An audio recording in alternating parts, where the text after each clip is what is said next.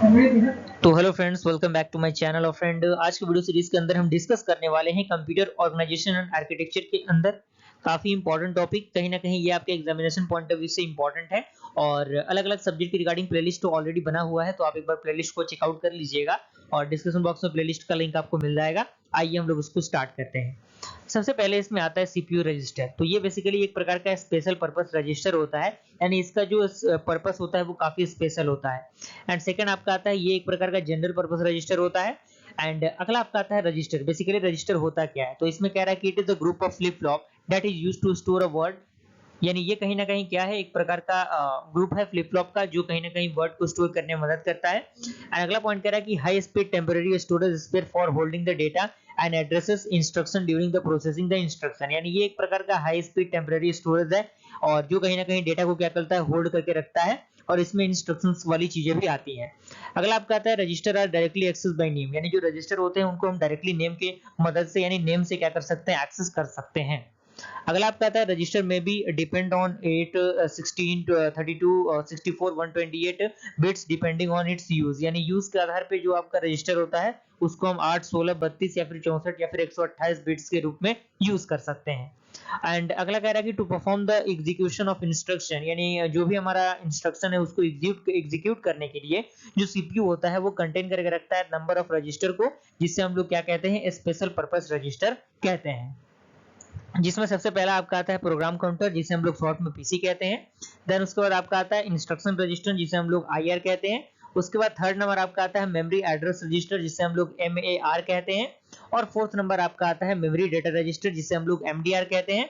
Then उसके बाद fifth आपका आता है एक्यूमुलेटर। ओके, तो आइए सबसे पहले हम लोग प्रोग्राम काउंटर को देख लेते हैं और काफी कम पॉइंट्स में चीजों को क्लियर कर रहा हूं मैं। तो program counter is used to store addresses of next instruction to be executed. यानी जो भी हमारा नेक्स्ट इंस्ट्रक्शंस होते हैं उनको एग्जीक्यूट करने के लिए, उनके एड्रेस को एग्जीक्यूट करने के लिए हम प्रोग्राम काउंटर का यूज करते हैं। क्लियर। सेकंड आपका आता है इंस्ट्रक्शन रजिस्टर। तो इसमें कह रहा है कि it is used to hold the instruction that is currently been executed. यानी ये क्या होता है, बेसिकली इसका यूज हम करते हैं इंस्ट्रक्शन को होल्ड करने के लिए जो करेंटली क्या होता है, एग्जीक्यूट होता है। And control unit access the content of IR. यानी इंस्ट्रक्शन रजिस्टर, यानी जो कंट्रोल यूनिट होता है वो एक्सेस करता है किसके कंटेंट को, इंस्ट्रक्शन रजिस्टर के कंटेंट को, to send the control signal to the various processing elements to execute the given instruction. यानी सेंड करने के लिए जो भी कंट्रोल सिग्नल होते हैं वेरियस प्रोसेसिंग एलिमेंट से और उसको एग्जीक्यूट करने के लिए। ओके, देन उसके बाद आपका आता है मेमोरी एड्रेस रजिस्टर, जिसे हम लोग एमएआर कहते हैं। तो इसमें कह रहा है कि the MAR hold the address of main memory to form which data is to be transfer. यानी कौन सा डेटा ट्रांसफर होगा उसके अकॉर्डिंग ये हम क्या करते हैं, यूज करते हैं। क्लियर।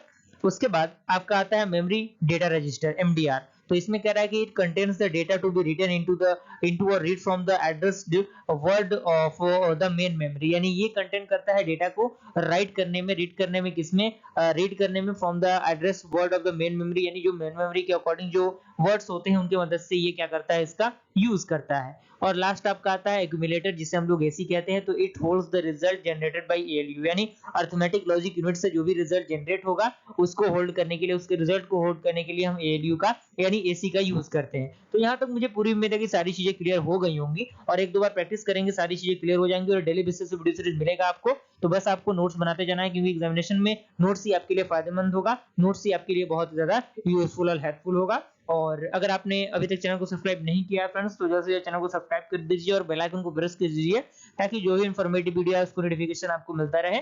और मिलता है फ्रेंड्स ऐसे इंटरेस्टिंग वीडियो के साथ। तब तक के लिए थैंक यू।